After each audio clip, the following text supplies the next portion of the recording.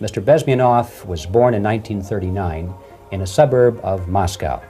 He was the son of a high-ranking Soviet Army officer. He was educated in the elite schools inside the Soviet Union and became an expert in Indian culture and Indian languages.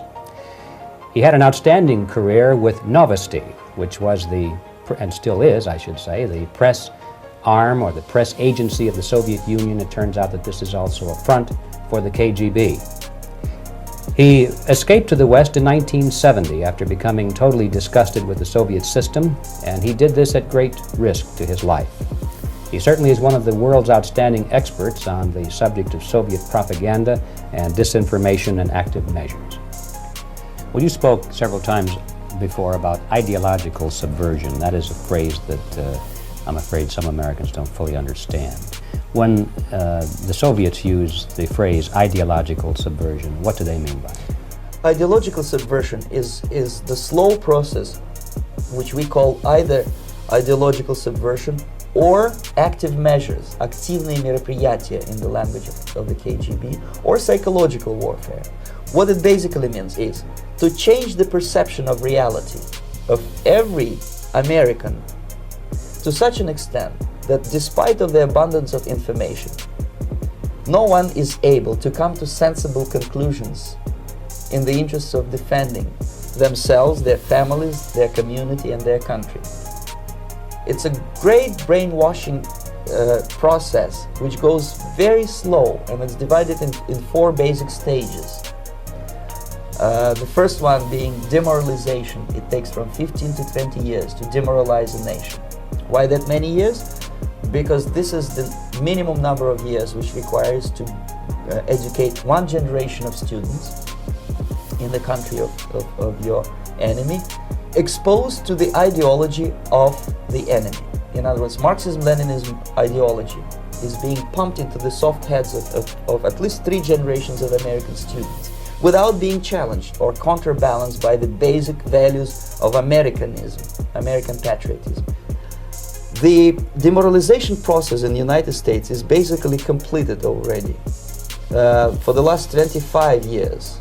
Actually, it's overfulfilled because demoralization now reaches such areas where previously not even Comrade Andropov and all his experts would even dream of such a tremendous success.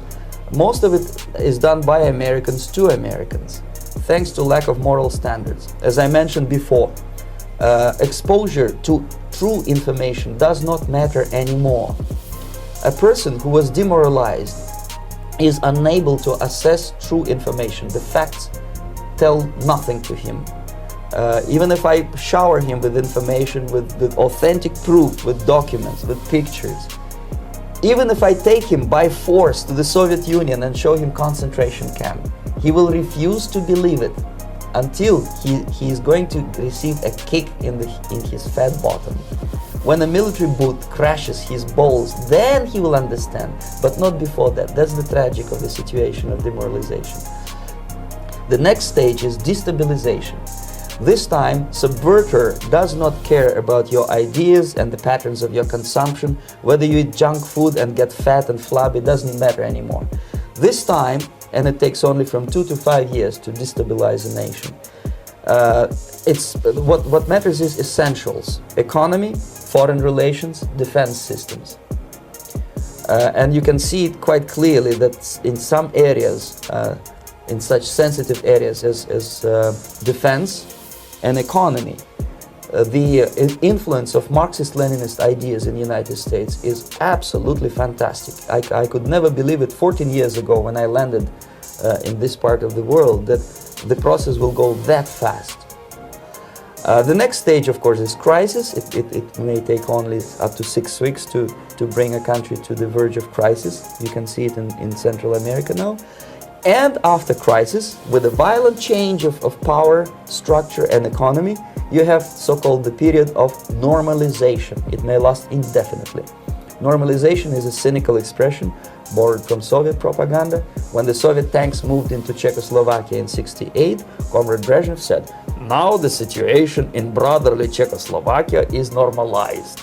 This is what will happen in the United States if you allow all these schmucks to bring the country to crisis. to promise people all kind of goodies and the paradise on earth, to destabilize your economy, to eliminate the principle of free market competition, and to put a big brother government in Washington, D.C., with benevolent dictators like Walter Mondale, who will promise lots of things, never mind whether the promises are fulfillable or not. Your leftists in United States, all these professors and all these beautiful civil rights defenders, they are instrumental in the process of the subversion only to destabilize the nation. When their job is completed, they are not needed anymore. They know too much. Some of them, when they get disillusioned, when they see that Marxist-Leninists come to power, obviously they get offended. They think that they will come to power. That will never happen, of course. They will be lined up against the wall and shot. But they may turn into the most bitter enemies of Marxist-Leninists when they come to power. And that's what happened in Nicaragua. You remember most of these former Marxist-Leninists were either put to prison or one of them split, and now he's working against Sandinistas. It happened in Grenada when Maurice Bishop was already a Marxist. He was executed by a new Marxist who was more Marxist than this Marxist. Same happened in Afghanistan when first there was Taraki, he was killed by Amin, then Amin was killed by Babrak Karmal with the help of KGB.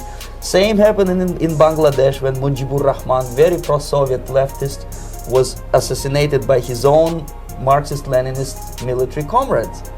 It's the same pattern everywhere. The time bomb is ticking with every second.